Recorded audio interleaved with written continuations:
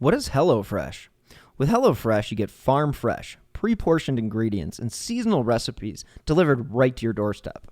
Skip the trips to the grocery store and count on HelloFresh to make home cooking easy, fun, and affordable. That's why it's America's #1 meal kit. Fall is right around the corner, and HelloFresh is there to help you plan for the busy season ahead with tasty dishes delivered right to your door.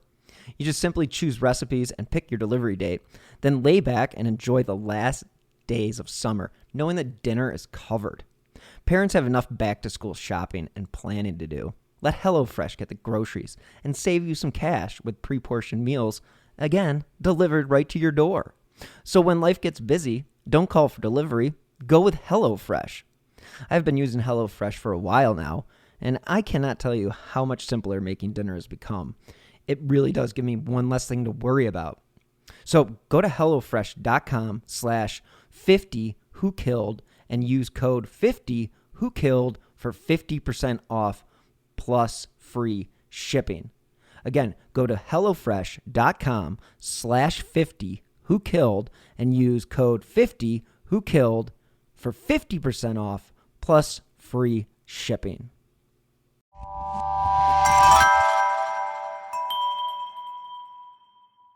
Slow Burn Media and Evergreen Podcast presents Who Killed, a podcast that provides a voice for the voiceless. There is some confusion over the exact number of bodies that have been found in a common grave in the basement of this barn along Route 6. Police, firemen, and federal alcohol, tobacco, and firearms agents spent the entire day sifting through the grave.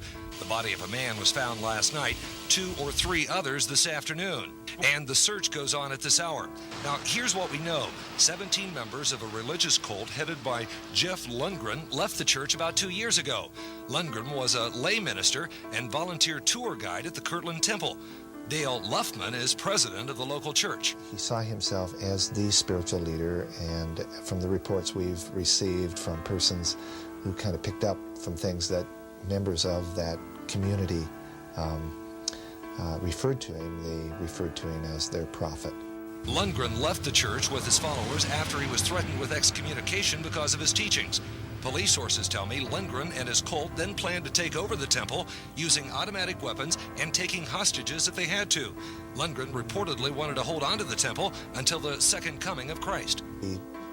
We're in very close discussion with the law authorities, and they helped us to understand that we needed to be careful about our own personal activities. Then back last April, FBI agents and police surrounded the farmhouse and questioned the group.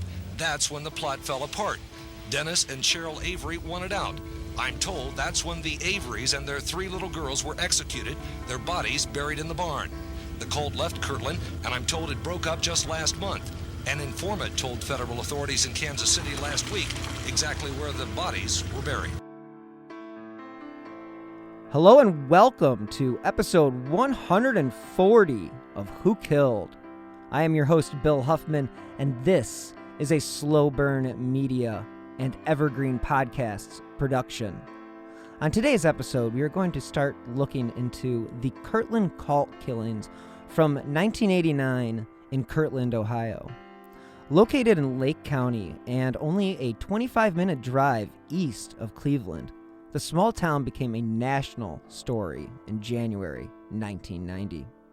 Just 1 month before the body of Amy Mahalovic would be found in rural Ashland County, there was another case that was leading the news. And like a lot of families in the late 80s, we would watch the local news as we ate dinner. And the Kirtland Cult Killings led every newscast. While I could relate to Amy's case as a 10-year-old, this case was something I couldn't wrap my head around. Clearly, I wasn't the only one, since every national news outlet had set up shop in the rural town and would broadcast nightly from the scene. With my decades of therapy, I believe those early impressions of death, even just by watching the news, likely left a mark. Let's just look at the profession I am currently working in. Anyhow, I just couldn't grasp how a seemingly normal family could leave the comforts of their life to move into a commune with a man claiming to be a prophet. Why would people believe someone who made such claims? Why would they follow him into depravity? I couldn't find any answers to these questions as a kid, and I still have some trouble seeing exactly what leads to these decisions. Again, the only people that really know the answers to these questions are those who were involved or have been involved with a cult, along with people who have made their profession out of studying cult-like behaviors. But there is a reason why people like David Koresh can build a compound in Waco with the help of hundreds, or say the 900 people who followed Jim Jones into the jungle. Charisma is the first thing that I think of, but the answer is to why is really not easily found, and we will not be going down that avenue today. But it is clear that their devotion can become deadly, as we saw in Jonestown and Waco. And before David Koresh became the national cult boogeyman, you had one Jeffrey Lundgren. He moved to Kirtland in 1984 to become a volunteer guide at an RLDS temple, and when he left in 1989, he left a disaster in his wake and a community left with so many unanswered questions. According to the book, The Kirtland Massacre, Lundgren enrolled at Central Missouri State University, where he met Alice Keeler, a fellow member of the RLDS Church. The two married in 1970, after which Lundgren enrolled in the U.S. Navy and serving during the Vietnam War. Now, Oxygen.com says Lundgren was honorably discharged in 1974, by which time he and Alice had 2 children. Court documents go on to state that Lundgren struggled to support his family and often stole from his employers. Lundgren and his new family eventually made home in San Diego after his discharge, but since Jeff was not good at managing funds or holding on to a job, they ended up back in Missouri. So in 1979, Lundgren's wife had their 3rd child, a daughter. And people close to the couple claim that Lundgren seemed frustrated by the family's money problems and was generally tired of his wife, and he allegedly became abusive after the birth of his daughter. The thing that divided the Averys and many others when the RLDS Church voted to ordain women in 1984 was the breaking point. To show their disapproval, they moved to another congregation, and this is where they would have the unlucky fate of meeting one Jeffrey Lundgren, who had grown up in Independence, Missouri. Now, after moving to town, Lundgren became a lay minister in Kirtland for the Reorganized Church of Jesus Christ of Latter-day Saints, hence the RLDS. Now, Dale Luffman, that's with an L, president of the Northeast Ohio chapter of the Reorganized Church of Jesus Christ of Latter-day Saints, said that Lundgren worked from 1985 to 1987 at a church temple in Kirtland. Now, Lundgren had conducted tours for the public of the church's 153-year-old temple in Kirtland when he moved from Kansas City, Missouri. Now, again, for a while, things were going well, but it didn't take long for the wheels to fall off the bus. He lived on the church property until he began preaching radical doctrines during tours, according to Luffman. Apparently, Lundgren began seeing himself as a prophet, using his lay ministry and tour job as forums to recruit followers. When Lundgren lived in Independence, Missouri, he had a falling out with the local church, and that's what made the decision to move to Kirtland. He was charismatic enough because family members, neighbors, and friends told the Associated Press that his followers quit their jobs and sold their belongings and able to afford the move to Ohio. When Lundgren was defrocked from the church, he took his followers down what we would call today an extremist path. The Associated Press said despite warnings and pleadings, the followers moved in with Lundgren on the farm, living commune style, turning their paychecks from outside employment over to him and allowing him to read their mail, listen on their telephone calls, and otherwise monitor their lives, according to police. Luffman would say that the group became extremely isolated and would rarely be seen eating out with people that weren't part of the cult. Now, the Avery family, as I mentioned before, they left Independence, Missouri to join up with Lundgren and the RLDS in 1987. Marie Hayworth, a friend from Independence, said, "I just don't think they know what they were getting into when they went to Kirtland." Avery and his wife both grew up on the West Coast as members of the RLDS church, and again, that has roots with the Mormon church, but it is not the same. It is separate. They were married in Independence, where the church is based, in 1970.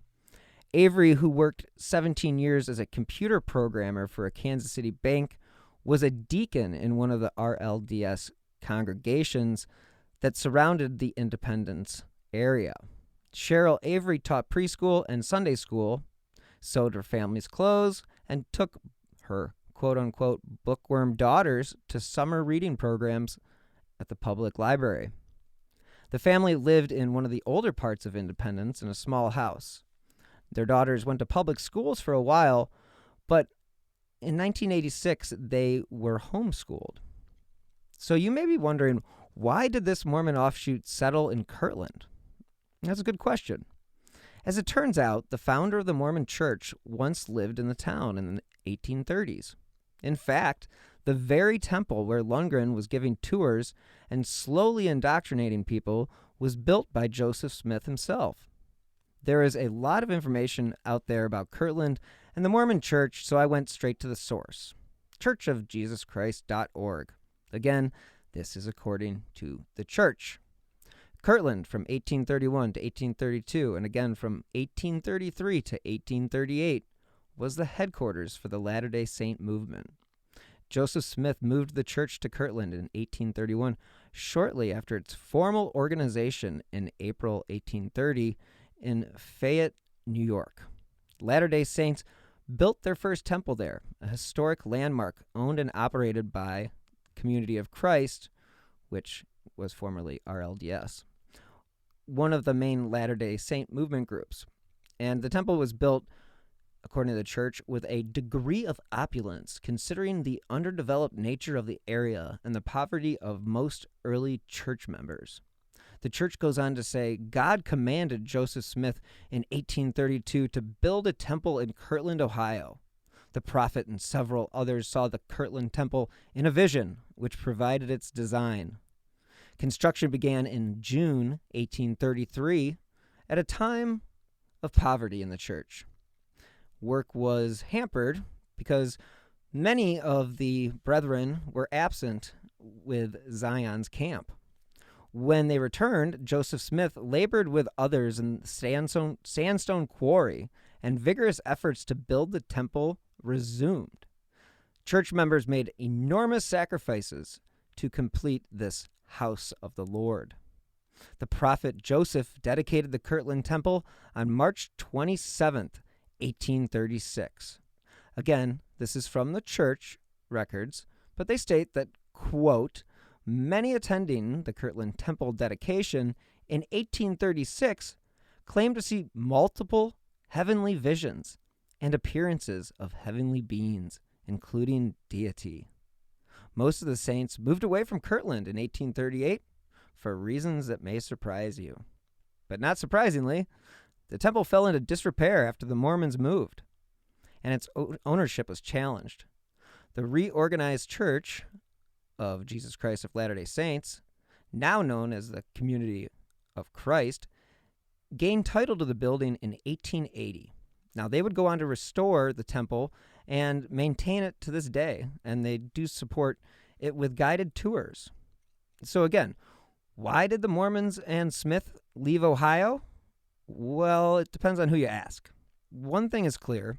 Smith founded the first Mormon-controlled bank, putting his economic and quote-unquote spiritual practices to work.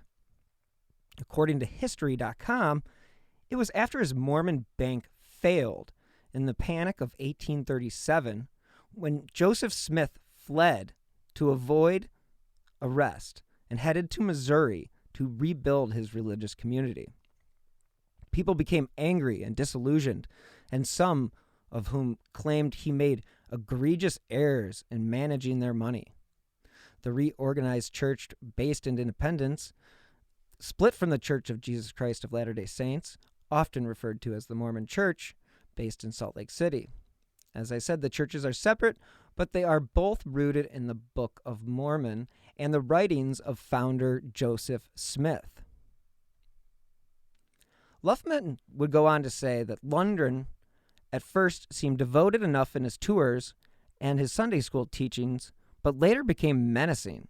Quote, he apparently felt the leaders of the church were part of the unrighteous around the temple and needed to be eradicated. That was the term he used. Shelley Sowers, who was 31 and a neighbor of Lundgren's before he rented the 15-acre farm, said it seemed strange but not alarming that so many unrelated people lived under one roof. Sowers told the paper, quote, we knew they had taken in a group of people. We just figured they were fanatical like him. I never thought of it as a cult. That's such an evil word. While it was becoming more and more apparent to the public that Jeffrey Lundgren was insane, his followers continued to buy in. And the Averys, along with other members, apparently became so controlled, again, by him that they would actually give him their paychecks. And the Averys even bought him a gun on their credit card. In an effort not to stand out or look suspicious, cult members began wearing paramilitary gear, started sporting camouflage clothing, and like all inconspicuous of things, they began practicing with guns and other weapons. Now, authorities did state that they adopted code names such as Eagle Eye and Talon 1. Now, of course, that is sarcasm because, yeah, if you're going to start a cult, yeah, you probably don't do things like practice shooting and, wear paramilitary gear around town. Or give yourself code names. Just saying. Just one of those things. And according to the Akron Beacon Journal, it was Jeffrey Lundgren who brought his followers along as they roamed farms and wilderness in 3 states, leading a secret communal life while investigators looked for signs of impending mass murder. For more than a year, agents in Missouri and Ohio and West Virginia exchanged information after a tipster warned of possible killings. Apparently, ATF agents watched the group's movements, its pitched tents and target practices, and its secretive ways. But they operated enough within the law, and therefore they were never arrested. Kirtland Police Chief Dennis Yarborough told the paper the group was even making improvements on the farm, and it was hard to make a case of threatening behavior. Yarborough went on to say, quote, the family had started adding things like siding. They were acting and appearing like good citizens. It was kind of a paradox. Now, shortly after the Averys arrived in Ohio, Lundgren was actually asked to resign from his temple position, and he was eventually defrocked after his teachings became unchristian, according to Reverend Dale Luffman. Now, the Averys at this point broke all ties with the RLDS Church when Lundgren was asked to resign. Unlike most of Lundgren's followers, the Averys actually lived in town about 3 miles from the commune, and Avery worked at a security company and did odd jobs. No one quite knows when it was Lundgren and his followers made the switch from his fundamentalist RLDS teachings to a full-blown cult that was full of heavy drinkers and trained for paramilitary activities and called their leader the Prophet. Cheryl Avery's mother, Donna Bailey of Centralia, Washington, said she telephoned and wrote her daughter frequently after the Averys moved to Ohio. Quote, I caught on early that these were the wrong types of beliefs, Bailey said in an interview for the Kansas City Times. Quote, the Averys moved in during the fall of 1988, and one time she said, quote, people think we're a cult, but we're not. that made me concerned. As a parent, I would be very concerned about that. But I'm not a parent. I just have dogs and a cat. Anyway, Lundgren apparently seemed irritated with Avery all the time. And this is according to John Olivares, whose daughter once lived at the commune. Now, Bonnie Olivares, then 11, lived there with her mother in spring of 1988. Now, this was until he regained custody. And guess what?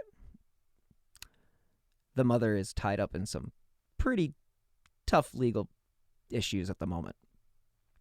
Olivares said that his daughter, that Lundgren, would complain that Mr. Avery could only do 5 push-ups while everybody else was doing 20 or 30. As I said, the Averys moved in the fall of 1988. This time they moved 30 miles from the commune, leaving several months of back rent unpaid, according to their landlord, Stan Scribus in Kirtland. But Lundgren's pull was so strong the family couldn't totally cut ties with the cult. Court documents say by early 1989, Lundgren started saying that the only way the group would reach Zion was by selling off their worldly possessions and retreating into the wilderness. The Averys made it known they would be moving to Wyoming after having a falling out with the cult, a move that would have serious repercussions. Let's take a moment to hear from this week's sponsor, BetterHelp. Let's hear from this week's sponsor, BetterHelp.com. We may have moved past 2020, but 2021 is still looking fairly grim. But today I'm happy to tell you about BetterHelp.com. Because if there's anything holding you back or interfering with your happiness, BetterHelp Online Counseling is there for you. You can connect with a professional counselor in a safe and private online environment. And it's really convenient because in this current state that we live in, it just has to be. So now you can get help on your own time at your own pace. All you have to do is schedule a secure video or phone session, or you can chat and text with your therapist. BetterHelp really is there for you. They have over 3,000 U.S. licensed therapists across all 50 states. And if for whatever reason you aren't happy with your counselor, you can request a new one at any time. So if you're suffering from depression or anxiety, stress, anger, relationship issues, heck, you're not getting a good night's sleep, or have LGBT matters, or just low self-esteem, they literally have a licensed professional counselor for you. And of course, everything you share is confidential. The thing I like the most is it's actually affordable. And Who Killed listeners get 10% off their first month with the discount code WHO. So why not get started today? Go to betterhelp.com/WHO. All you have to do is fill out a questionnaire to help them assess your needs, and then you get matched with a counselor you'll love. Again, for 10% off, go to betterhelp.com/WHO.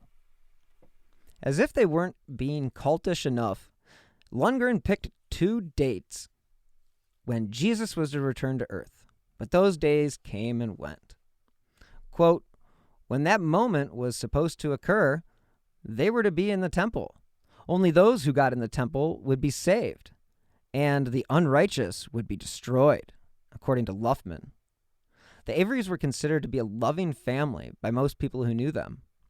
Dennis Avery was 49, his wife Cheryl was 46, and their 3 daughters, Trina, 15, Rebecca, 13, and 7-year-old Karen. Now, the Averys made some divisive decisions, one being that they lived on their own and kept some of the proceeds from selling their home in Missouri, which, according to the Cleveland Plain Dealer, Lundgren considered sinful.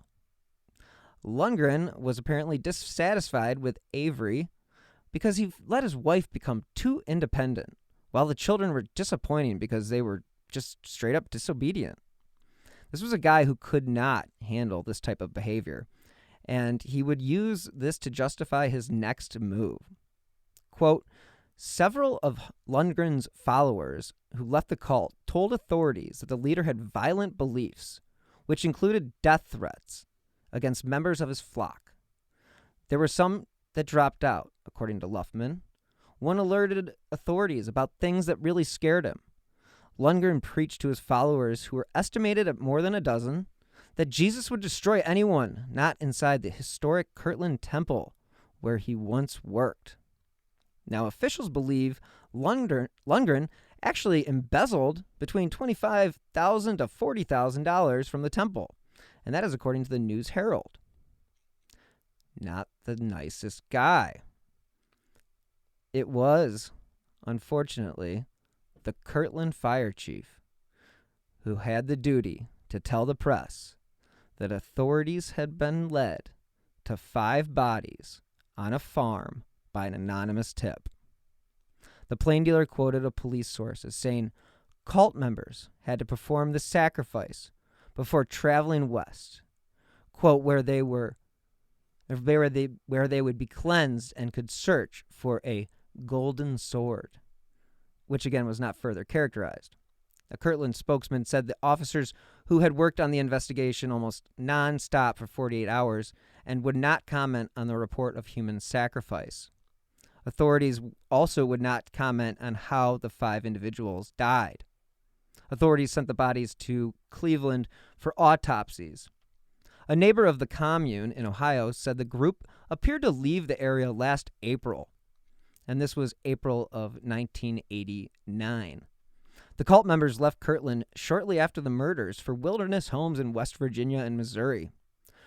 Quote, these people were from nice families in our community, not just the Averys, but the people who are in trouble too. Investigators said they believed Averys were killed in mid-April. In addition to being shot, which they eventually let the public know, the victim's eyes were also covered with duct tape, and some had their hands and feet bound with duct tape as well. Lake County prosecutor Stephen C. LaTourette said that the Averys apparently were killed because of Lundgren's interpretation of a prophecy that members had to be sacrificed before the group could relocate to the wilderness. The Lundgrens were eventually arrested in January 1990 in a motel near San Diego, California. Luffman would not commit to the slayings being a sacrifice, but said that it probably came over a dispute over money, sex, or fear that the family would just straight up leave the cult. Again, this is one of those situations where you have multiple people involved, not just Jeffrey Lundgren and his wife or son, but their 19-year-old son Damon and 2 other cult members were also charged in this murder. Now, in all, 13 people were charged with murder or conspiracy, and Kirtland Police Chief Dennis Yarborough said his investigation of the house where Lundgren lived began in April 1988, where he heard reports of paramilitary activity, like I said before, not being very inconspicuous, and supposed civil rights violations, but yet no charges were filed. Now, local businessmen who did know the Lundgren family said that Jeff was always fishing and hunting and always had people around him. Now, that was Ray Byers, who was the owner of the Kirtland hardware store. Quote, he was a religious guy when I first knew him. He dressed real well. Another Kirtland resident, Doris Straka, said the Lundgrens kept to themselves. She said the Lundgrens renovated the farmhouse, gave it a new coat of paint, landscaped the yard, revived an orchard, and set up a gymnasium in the barn. The same barn where the bodies would later be discovered. Now, Lundgren again left the area in April 1989, and the cult disbanded. Jeffrey and Damon Lundgren were charged with 5 counts of aggravated murder and 5 counts of kidnapping. Alice Lundgren was charged with 5 counts of conspiracy to commit aggravated murder, 5 counts of kidnapping, and 5 counts of complicity in the commission of aggravated murder. Now, the Kansas City Associated Press wrote in January 1990, 13 people have been charged with murder or conspiracy after 5 family members were found buried at an Ohio farm rented by the leader of a religious splinter group, federal authorities said. 5 of those charged were arrested late Thursday and early Tuesday in Kansas City and nearby Independence, said George Rodriguez of the Federal Bureau of Tobacco and Firearms.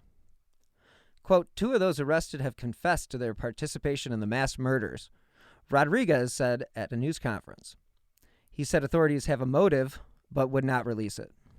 The Cleveland Plain Dealer quoted police sources the newspaper did not name, said that the 5 may have been killed as part of a religious sacrifice. Rodriguez said federal authorities would not comment on that report for fear of prejudicing juries. He said it was accurate to characterize Lundgren as the leader of a cult, though. And Rodriguez said they were members of a splinter religious group led by Jeffrey Lundgren, who was the former lay minister of the Reorganized Church of the Jesus Christ of Latter-day Saints, again, which is located in Independence, Missouri. But apparently, he killed the Avery family between April 16th and 18th. Deputy Sheriff Rick Ring of Johnson County, Missouri, said Lundgren and a group of people had been living in a barn near Chilhowee, a rural area about 45 miles southeast of Kansas City, and were last seen in the area in late October or early November. Rodriguez said it was not known whether Lundgren was in the Kansas City area, but authorities were in contact with his parents who lived nearby. The group led by Lundgren apparently disbanded after members became disgruntled. Rodriguez said the group following Lundgren consisted of 29 men, women, and children, but some members, including the Avery family, would come and go. Ron Luff of Independence was arrested and charged with murder. Those arrested and charged with 5 counts, each of conspiracy to commit aggravated murder, were identified as Susan Luff of Springfield, Dennis Patrick, Tanya Patrick, and Debbie Oliveras. Remember that name? She's in hot water.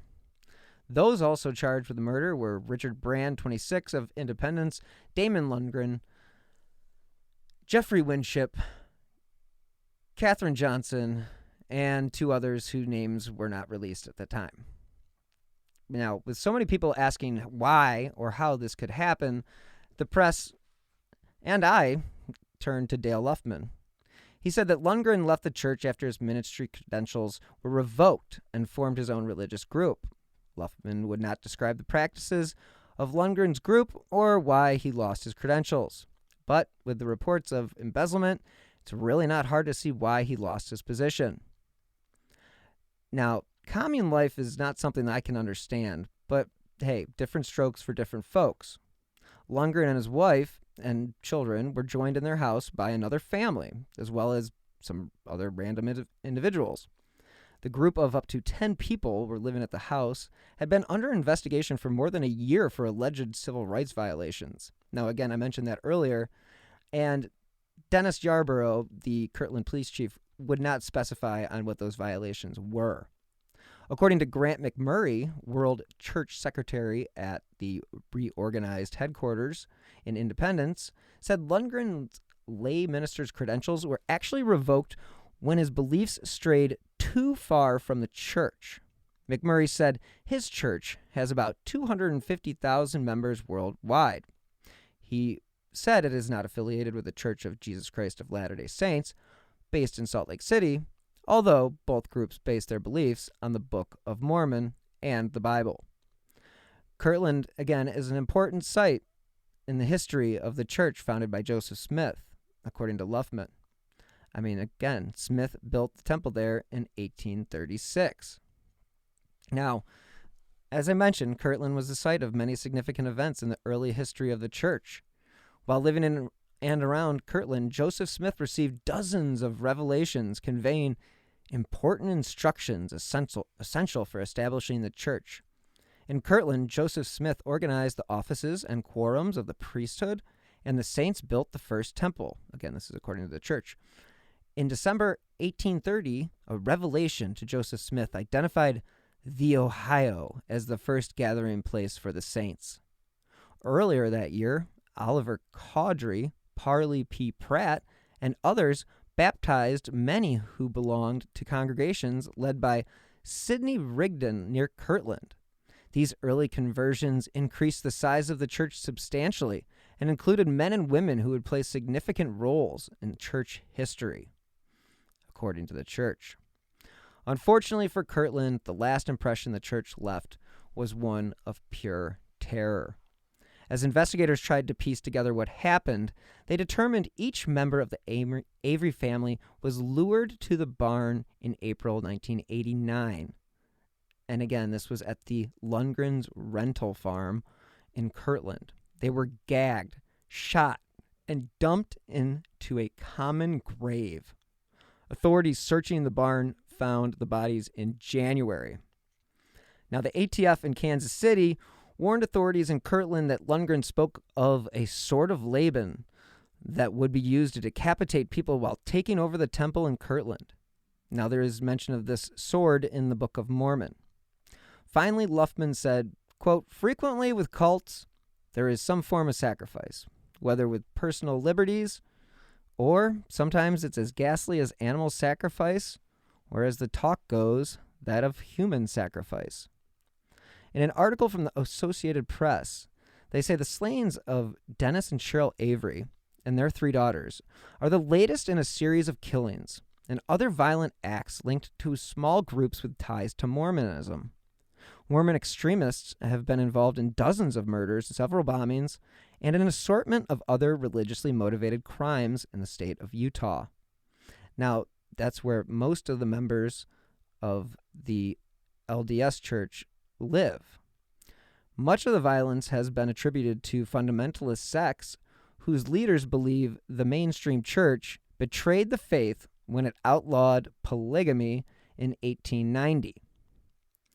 And according to this article, the Kirtland killings are believed to be the first incident of cult violence associated with splinter groups of the smaller Reorganized Church of Jesus Christ of Latter-day Saints, according to the Plain Dealer.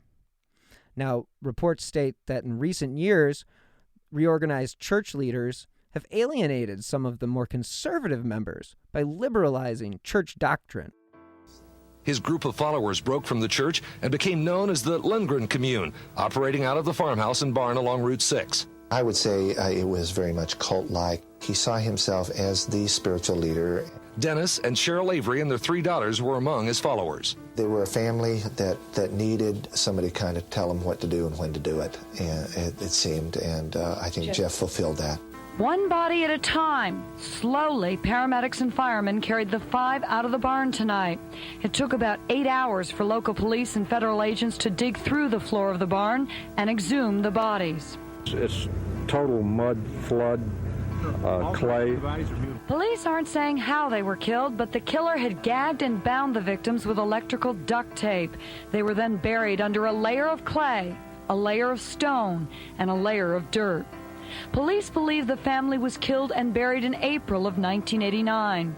For a year and 9 months, the Kirtland Police Department has been investigating several families who lived together in this house, including the Averys and Jeff Lundgren's family. Police believe Lundgren is the leader of a religious cult responsible for the killings. Hello and welcome to episode 141 of Who Killed. I am your host, Bill Huffman, and this is a Slow Burn Media and Evergreen podcast production.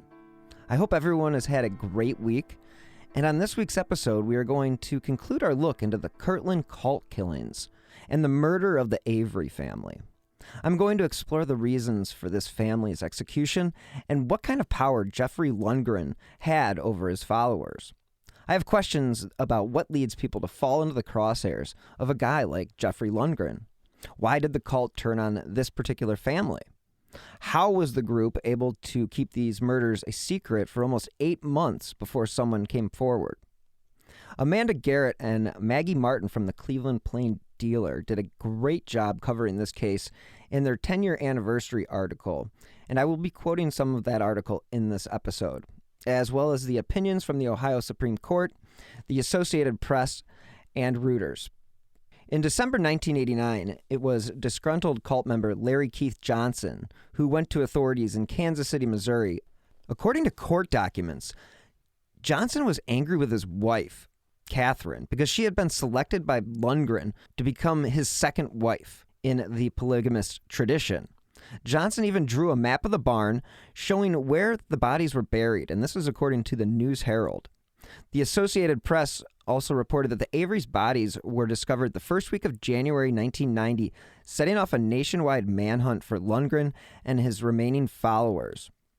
As a refresher, and according to the Ohio Supreme Court, Lundgren was born in Missouri and raised in the Reorganized Church of Jesus Christ of Latter-day Saints, RLDS. While attending college, Lundgren met and married his wife, Alice.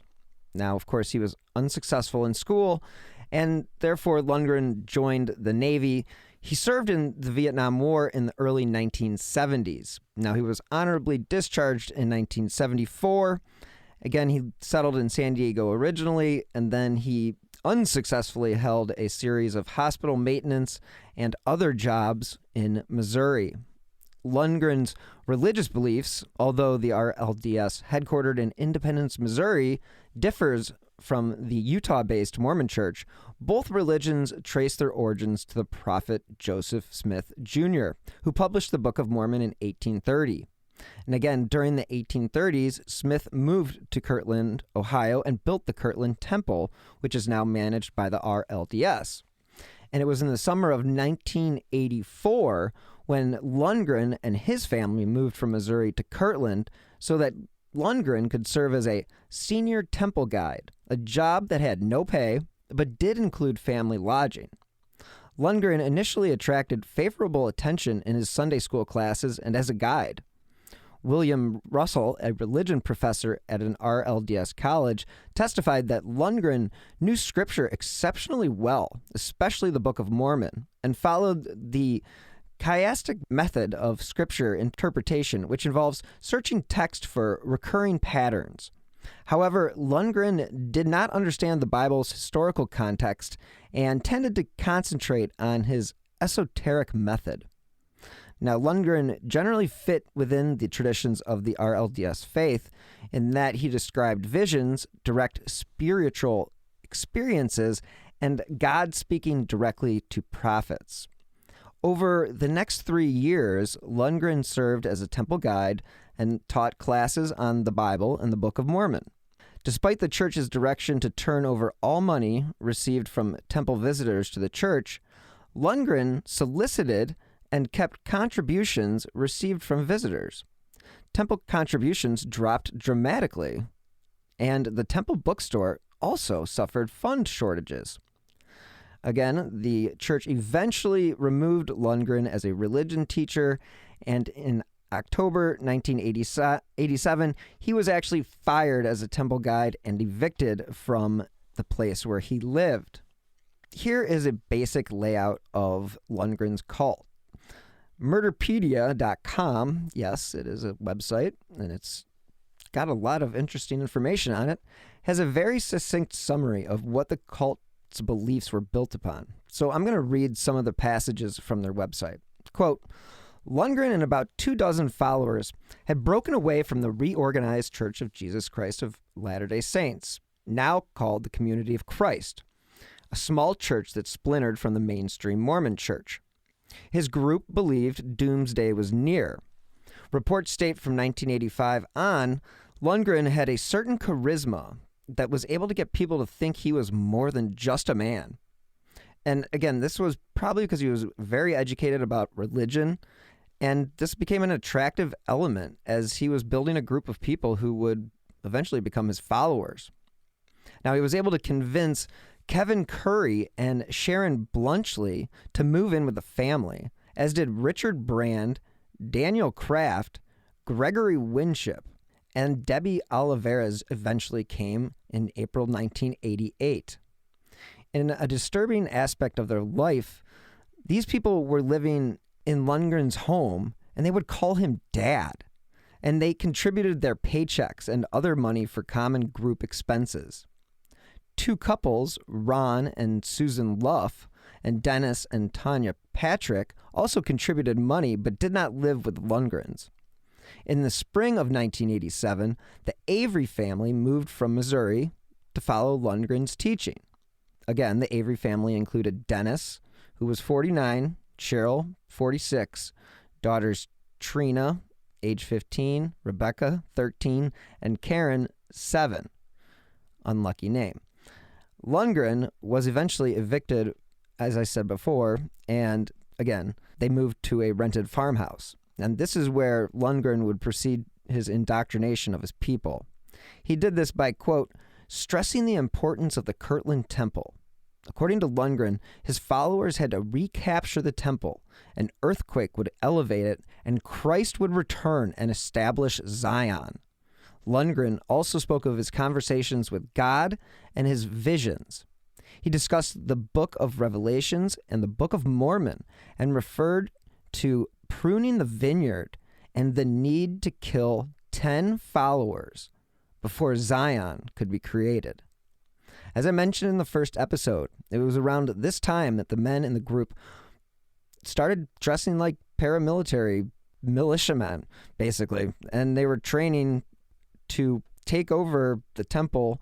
And again, Lundgren picked May 3rd of all days, 1988, which just so happened to be his birthday. It must be a cult leader thing, as the day to recapture the temple, but later decided it was not time yet. The Avery's family was, quote, on the fringe of the group and were invited to only a few of Lundgren's prayer meetings. By October 1988, the RLDS church had excommunicated Lundgren. In early 1989, Lundgren was stressing the need for his followers to go on a wilderness trip before Zion would be possible.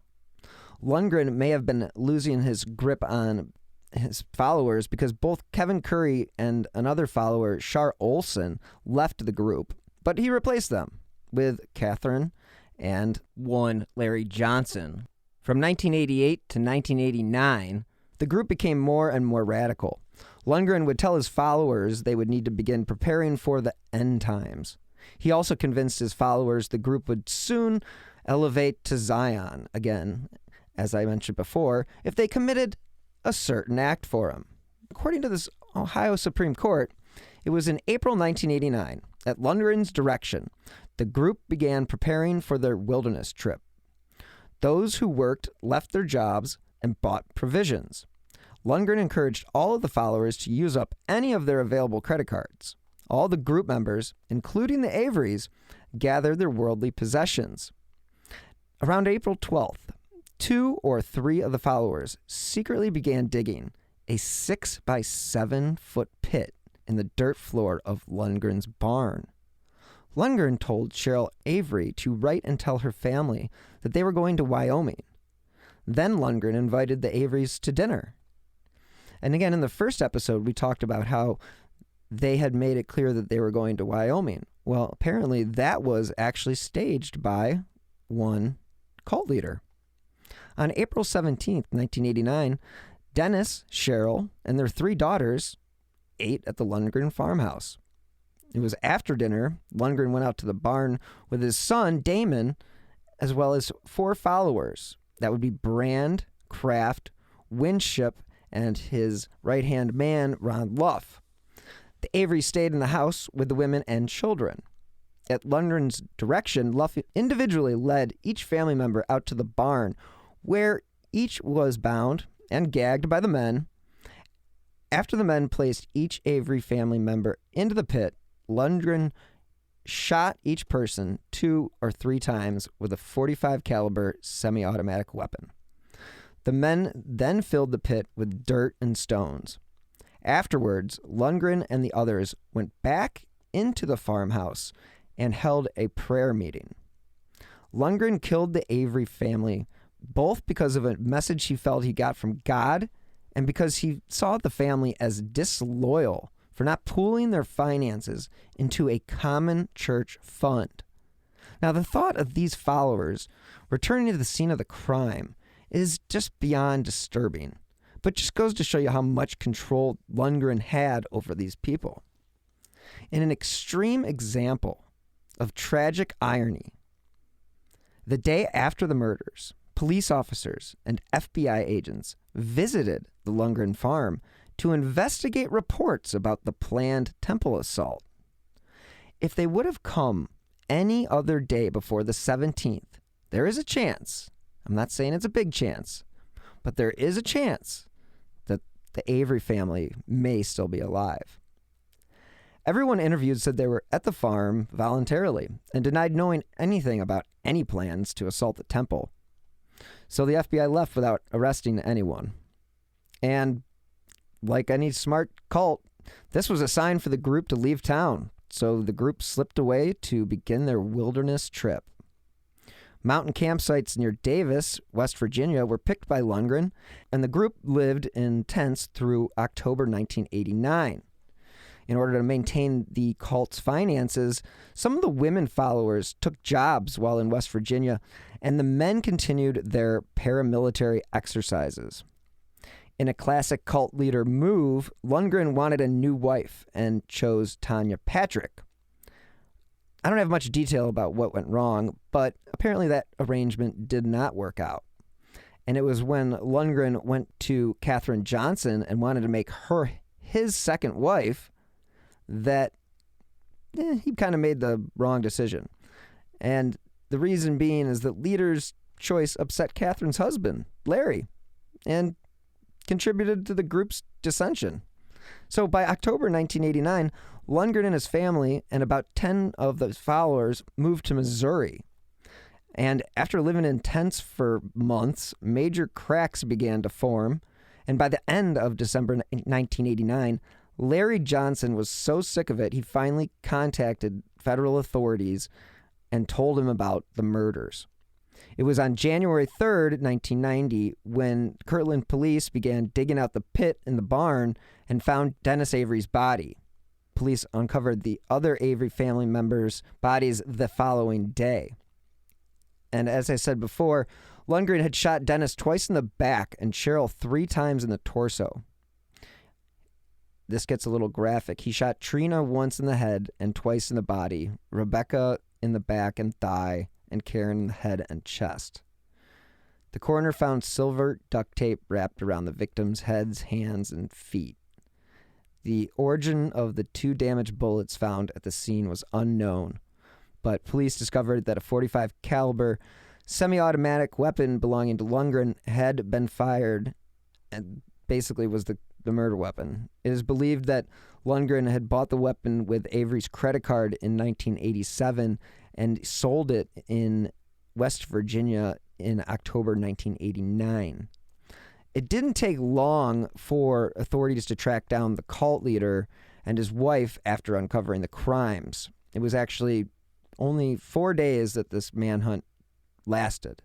And it was on January 7th, 1990, when federal investigators arrested Jeffrey Lundgren and his wife in San Diego, California. They would be extradited back to Cleveland to face murder charges. Lundgren's wife and son, along with 10 other cult members, were indicted on charges related to the murder of the 5 members of the Avery family, according to the News Herald. Most would eventually plead guilty and cooperate with the prosecution in exchange for lighter sentences. NBC News reported that at the trial, Lundgren was unrepentant and resolute in his convictions, telling the jury, quote, "It's not a figment of my imagination that I can, in fact, talk to God, and I am a prophet of God, and I am even more than a prophet." On August 29th, after deliberating for just 2 hours, the jury found Lundgren guilty on 5 counts, each of aggravated murder and kidnapping. Weeks later, he would be sentenced to death. In addition to Jeffrey Lundgren, his wife, Alice, and son Damon would also be sentenced to life in prison on aggravated murder and kidnapping charges, as would Ronald Luff and Daniel Kraft, because they were in the barn when the Averys were shot dead. Richard Brand and Greg Winship pleaded guilty and were paroled in 2010 after spending nearly 20 years behind bars.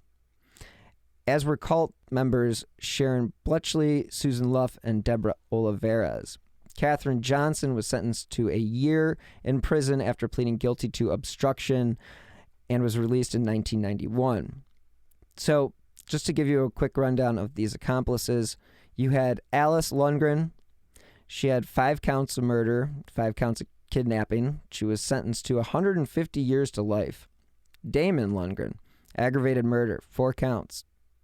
Kidnapping, 4 counts, 120 years to life. Ronald Luff, aggravated murder, 5 counts. Kidnapping, 5 counts, 170 years to life. Daniel Kraft, 50 years to life. Gregory Winship, 15 years to life. Richard Brand, 15 years to life.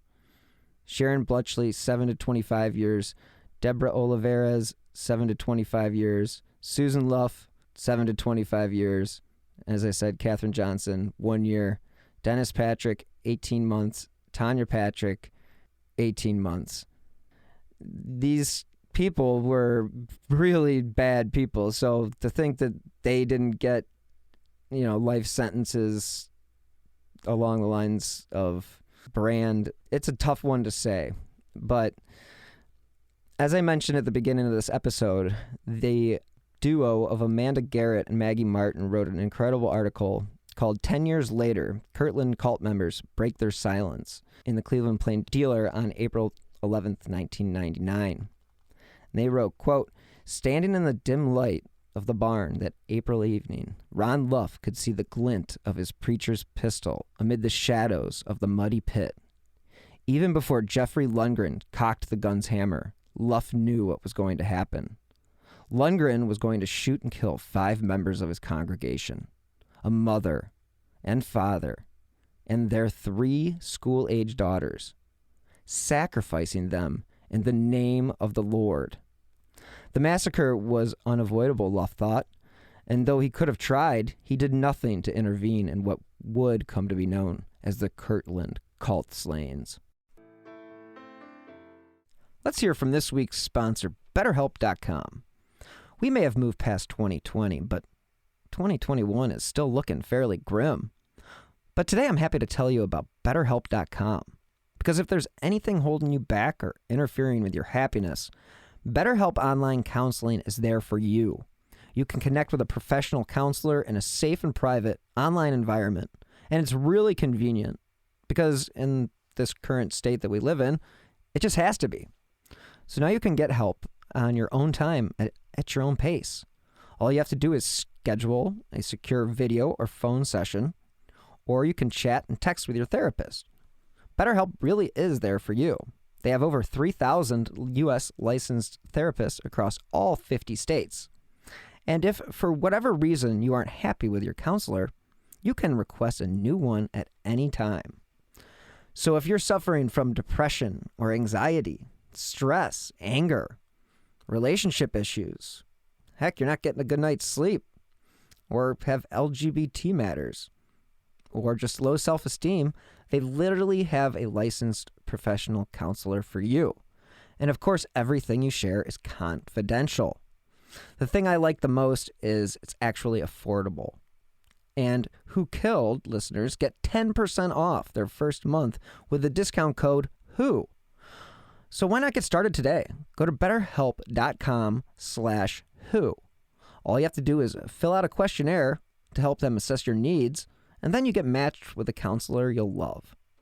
Again, for 10% off, go to betterhelp.com/WHO. Quote, "I've been through that scenario 100 times or more," Luff said during a recent prison interview with the Martin and Garrett duo. "I could have put them in a car and taken off, but that was not even a consideration. It wasn't even a viable option." And until recently, and this is in the article, none of the cult members had spoken. It was basically silence for 10 years. So Garrett and Martin wrote, as the 10th anniversary on April 17th draws near, several members have broken their silence, offering for the first time a glimpse into the worlds they shattered, both then and now. Their reflections, along with those of police, prosecutors, and others wrapped up in Lundgren's convoluted quest for Zion, reveal an often tragic tale that continues long after the murders. The duo goes on to say, While intense and prolonged publicity surrounding the case made several political, clerical, and church careers, the Kirtland cult broke many more lives. As I mentioned in the first episode, the destruction of the Lundgren family was left behind in Kirtland was sprawling. And they write, out of the ruins, some have found ways to forgive both themselves and cult members for what happened. Others have tried to move on, realizing there may be no answers to the questions that linger. Quote, I still don't know what happened, says Susan Luff, Ron Luff's estranged wife. Something went terribly wrong. Kirtland may be a semi-rural village, home to just 6,000 residents, but to members of the RLDS church, the community is a sort of mecca and a historic destination that they travel hundreds of miles to visit, so they might reconnect with the birthplace of their faith. Martin Garrett go on to write, most Kirtland residents didn't notice the pilgrimage, or at least they didn't until it found itself at the center stage in a drama built around murder, power, and religious fervor. Quote, we were supposed to help the hungry. We were supposed to help the poor, recalls Susan Luff, sitting on a sun porch at the Ohio Reformatory for Women in Marysville, a sprawling stone and brick campus ringed with coils and barbed wire northwest of Columbus. Quote, of course none of that happened. Instead, cult members served only Jeffrey Lundgren, who wanted all their money, and time and again put a gun to their heads if they complained. In Martin and Garrett's deep dive, they give a great amount of detail about the day-to-day lives of the members. Reading from their article, by day, most of Lundgren's followers worked routine jobs. One was a nurse at a Cleveland hospital. Another worked for the Mentor City engineer's office. And a third worked for the Cleveland Electric Illuminating Company. When work ended, they all gathered at Lundgren's rented farmhouse for scripture studies. Lundgren, who often wore military fatigues and kept a rifle within reach, always a good sign, sometimes preached into the wee hours of the morning. Lundgren fed his group a hybrid mix of biblical and Mormon scriptures, all dissected and interpreted to meet his whims.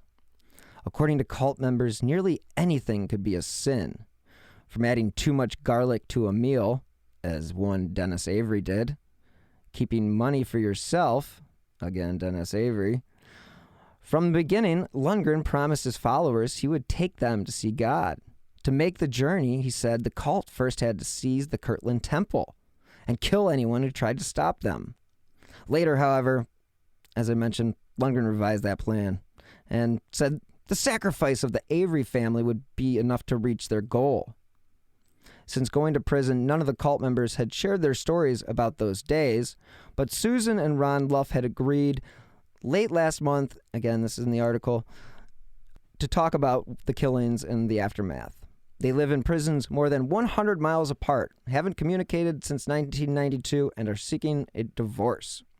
Both now denounce Lundgren as manipulative and deluded, but each has found a very different way of coping with the past and the future. Where Ron Luff has taken solace in leaving the church and sinking himself into mainstream Christianity, his estranged wife has found comfort in the realm of self-help books and therapy. Quote, I'm doing everything I can to give back to society. With her clean, scrubbed face and khaki trousers, Susan Luff looks and sounds more like a suburban housewife than a prison inmate. When she's not thinking about her two children, Matthew, now 17, and Amy, 14, praying or helping fellow inmates boost their self-esteem, she's making crafts for the needy, including hundreds of stuffed rabbits out of washcloths. Quote, I'm doing everything I can to give back to society, Luff said. As strange as it may seem now, she said helping others had always been her intent. Never, Luff said, did she mean to hurt anyone. Yet, 10 years ago, she and the other women in the cult entertained the Avery's children in a farmhouse near the barn while their parents were being killed. Later, the women let the men in the cult lead Rebecca, Trina, and Karen Avery out to their deaths as well. Again, they just did an incredible job researching this article, and so kudos to the Plain Dealer Wish you still were what you were, but times are changing. And again, as I mentioned before, the bodies were unearthed in early January, and authorities learned of the slayings from that tipster, one Larry Johnson. Now, in the days after the murders, Luff fled with the rest of the cult members and was later arrested following that short nationwide manhunt. I didn't understand any of it, Susan Luff says. Even now, a decade later, Luff says she still doesn't know the particulars about the slayings or the inner workings of the cult. In the aftermath of the arrests, while investigators, prosecutors, and other cult members were asking what happened and why, Luff said she asked only one question. Quote, "Who am I?" And like any good cult leader, he had a right-hand man. And that was, of course, one Ron Luff. Now, this guy, he was in the thick of it, as Martin writes. And on the night of the murders, he not only helped lure the Avery family into the barn, in one of the most sickening images, he carried the youngest girl, Karen, on his shoulders to meet her death. It was only after his arrest and several meetings with cult deprogrammers that the horror of that night became clear. It was after meeting with cult experts before his trial, he slowly realized that everything he thought he knew about God, scriptures, and to some extent himself was wrong. Martin and Garrett go on to say, the only thing certain about Jeffrey Lundgren is that he had a clear desire to live off other people. Luff said he wanted to have people around him who would idolize him as a god and support him as one. The Avery family did both. In a disturbing detail from the fantastic article, it turns out, even before the Averys moved from their Missouri home to join Lundgren, other members of the cult knew they were targeted for death. I spoke about the dissatisfaction Lundgren had with Dennis Avery and his family in part 1, but no one knows exactly why the family was an early target. If you go off what Lundgren said during his trial, he had a vision indicating that God wanted the family sacrificed. But former cult members and those who have studied the group say it's more likely the Averys were killed because they posed some threat to Lundgren. In the first episode, I talked about the Averys selling their home in Missouri. Even though Dennis gave most of that money to Jeffrey Lundgren, he kept some of it for his family, like any smart person would do. But that would be something that Lundgren would later call sinful. And another thing that we talked about in the previous show was that Lundgren felt that Cheryl Avery was too independent and the children were just undisciplined. And those were also sins, according to Lundgren. Garrett and Martin's article goes on to say, Luff recognizes that the Averys were the ultimate victims in Lundgren's scheme. He told the reporters the family could have just as easily ended up in his place, helping to kill others. After all, Luff said, the Averys believed everything that Lundgren preached too. They turned most of their life savings over, bought guns for the group, and hung on Lundgren's every word. But in the end, Luff said, the Averys had to be killed because they had nothing left to give. Quote, Jeff had exhausted them as a resource, Luff said. As the article goes on, the reporters discuss the people involved in the investigation and where they ended up. One assistant Lake County prosecutor was able to make a book deal and cash in. And then there was prosecutor Steve LaTourette, who became a U.S. representative. And he said, quote, when this case became real, it was a nightmare from the start to finish.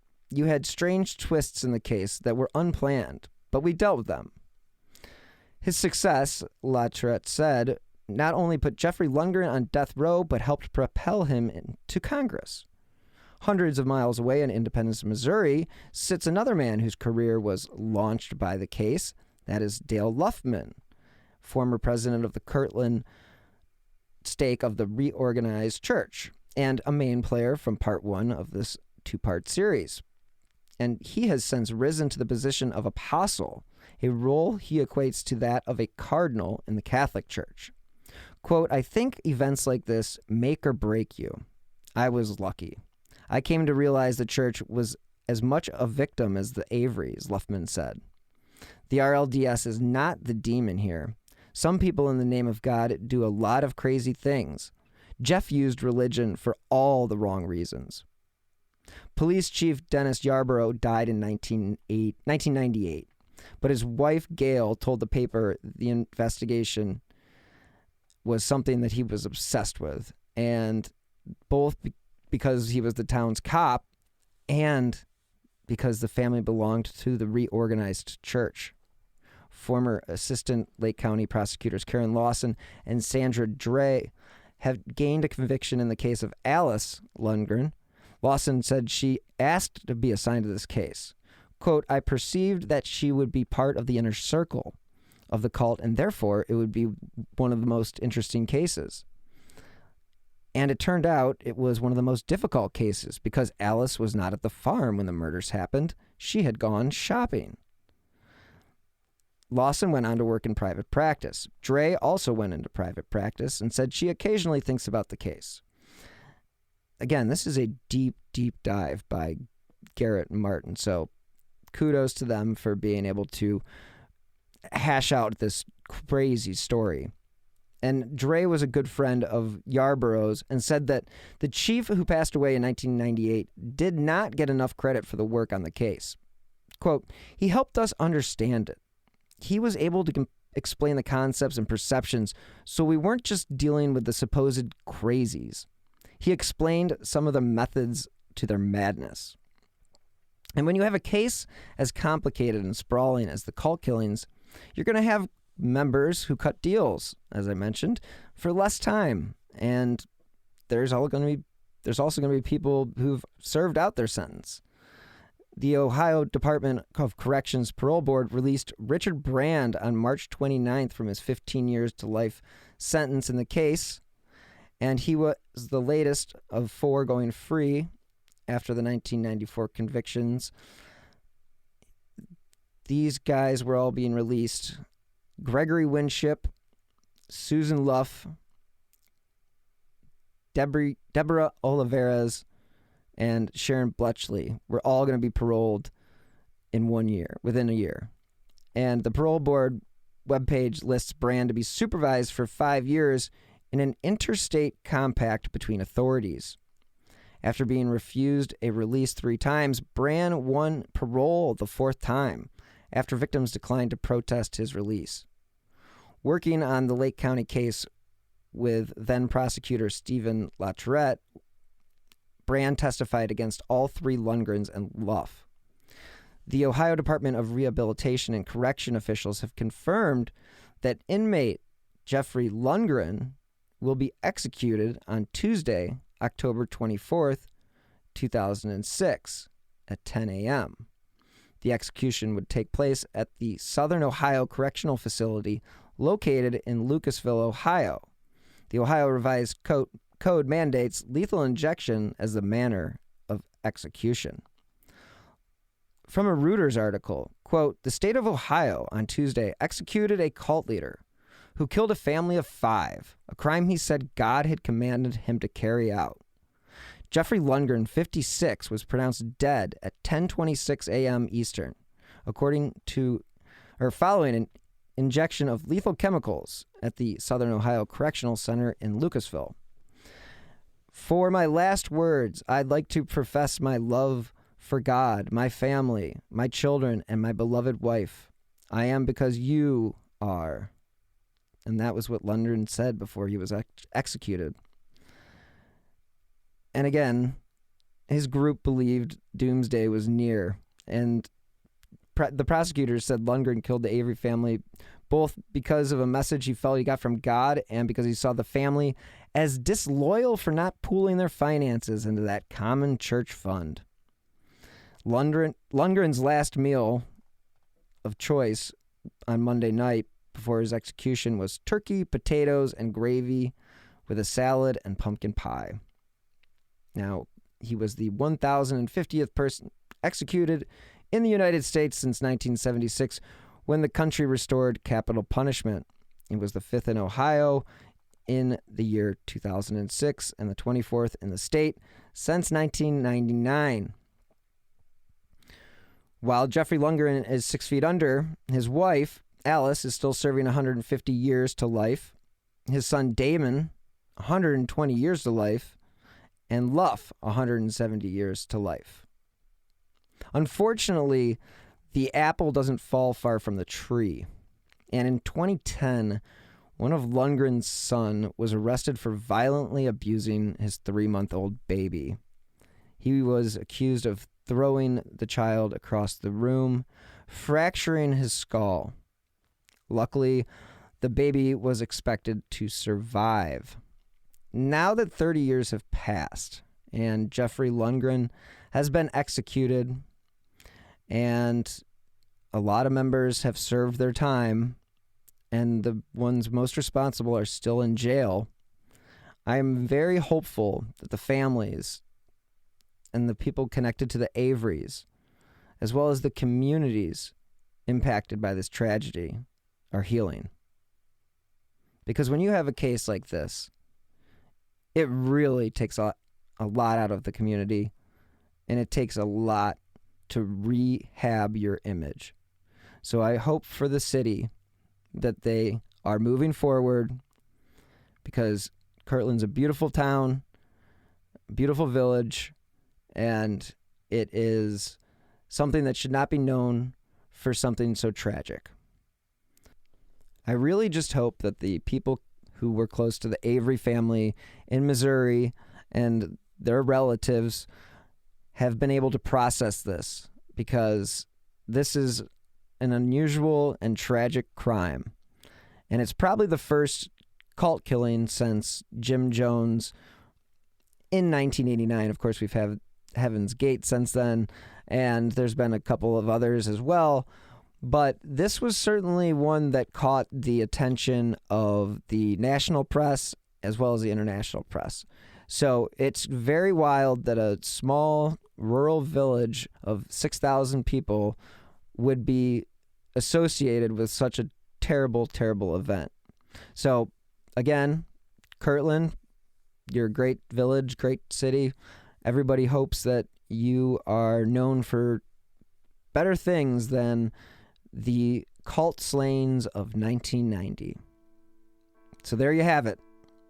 The Kirtland Cult Killings. Tragic and totally avoidable.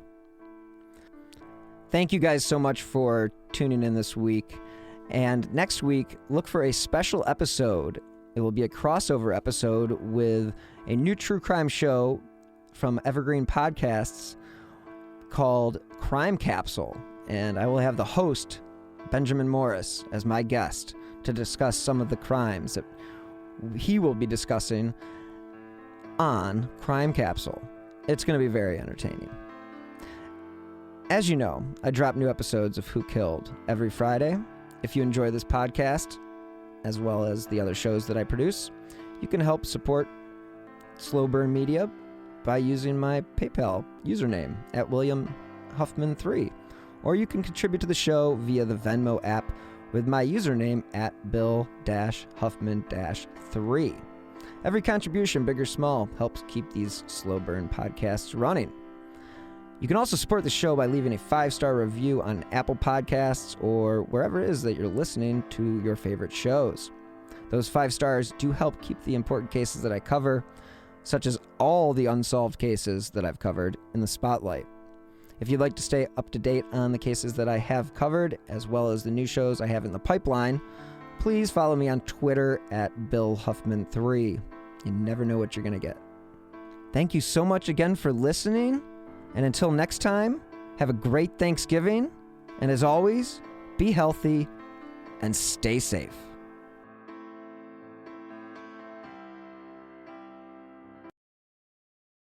Hi, podcast listeners. I'm Carol Costello, a former CNN anchor and national correspondent. This January, I'm launching a podcast about one of the first cases I ever covered as a journalist. It's one that stuck with me all of these years, the one that buried itself under my skin and stayed put. It's a true crime series about an amazing woman named Phyllis Cottle, who defied torture and death and brought a fierce rage to the quest to find her attacker. Carol Costello Presents Blind Rage is a production of Evergreen Podcasts and signature title of the Killer Podcast Network. Listen and subscribe wherever you get your podcasts. Discover more great true crime and paranormal programming at killerpodcast.com.